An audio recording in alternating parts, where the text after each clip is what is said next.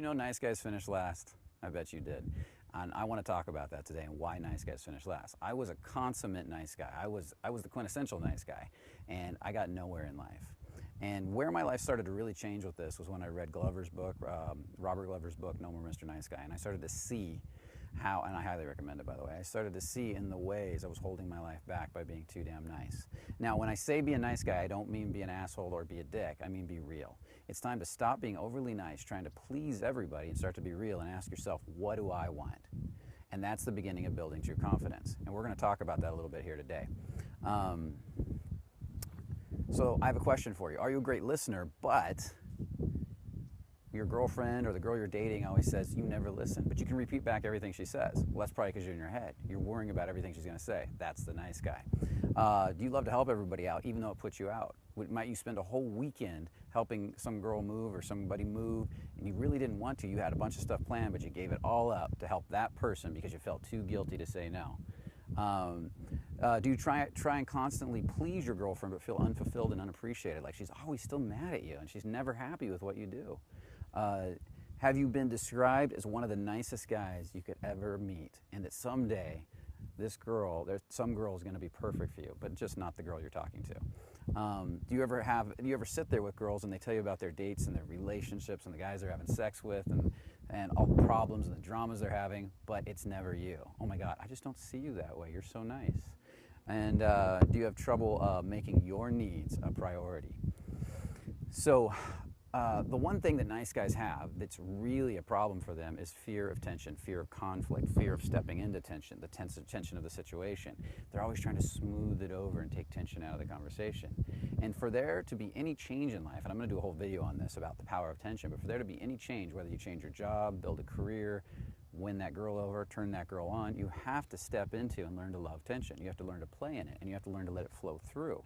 You can't be like pushing it back or being dominant with it. And in that, you start to change who you are. This is a very powerful, powerful concept that needs a deeper look at. But we're going to start with the basics right here. Nice guys tend to never get the girl, or if they do get a relationship, their relationship sucks, because the girl tends to see them as a diamond in the rough and she's going to fix them. But the more she fixes you, the less she's attracted. Matter of fact, the more you try to please her, the less she's attracted. Why? And so why is this? This is a very powerful but simple concept. It's because of that tension thing I just talked about. If you're always trying to make her happy, what restaurant do you want? Where do you want to go? What do you want to do tonight? And you have no awareness of what you want, or you're never making a decision for yourself. You're saying, no, you know what, I really want to go to this restaurant tonight, or no, setting boundaries. You don't have lines in the sand that you draw that says, you know, this is my line, don't do it, and you'll actually follow through. Then how's this girl ever supposed to respect you? How's she ever supposed to get to know you? How's she ever supposed to figure out who you are? Does a girl want to date somebody? Or let's switch that role.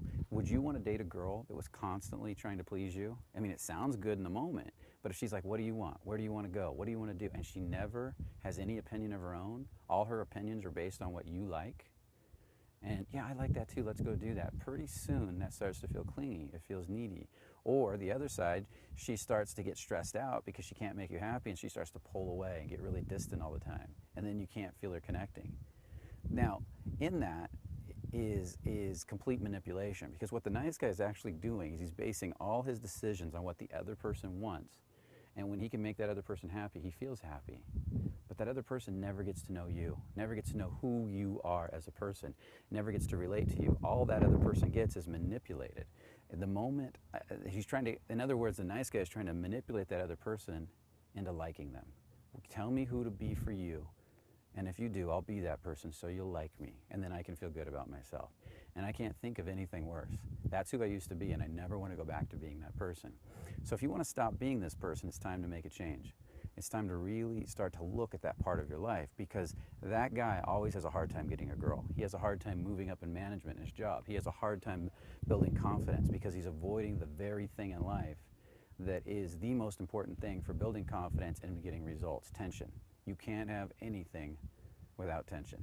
You need tension on a seed. You need to put dirt on top of a seed to grow a tree. You need tension in the womb for a baby to grow. Tension is everywhere in life.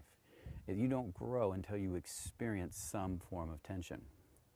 So what I want to do is we're going to be doing a talk this Sunday on the nice guy syndrome. We're going to be talking a lot about how to break it, what it is, what it looks like, answering all your questions, going deeper into this, because it's probably the #1 thing that I see in almost every guy that comes in to one of our trainings or our workshops. And if you'd like to learn more about this, or if you can't be there and you'd like to just put some questions down in the comments section and let us know what you want to know, what more topics you want to know about, I would love to hear from you. So hope to see you this Sunday. It's at 2 o'clock, and it's going to be up off Cahuenga, close to Hollywood. And it's going to be a lot of fun and an interesting talk, and there's going to be lots of valuable information, because instead of a few-minute video, I'm going to have several hours, two, maybe a little bit more hours to really share with you, and I'll be hanging out afterwards to talk to each and every person that wants to talk more about this and what's going on with them. I love every one of you guys. I love having this channel, so I can't wait to meet any of you that want to come out. And for those of you that do, I'll see you on Sunday. Otherwise, go ahead and put comments in the comments section, and I'll talk to you later. Take care, guys. Bye.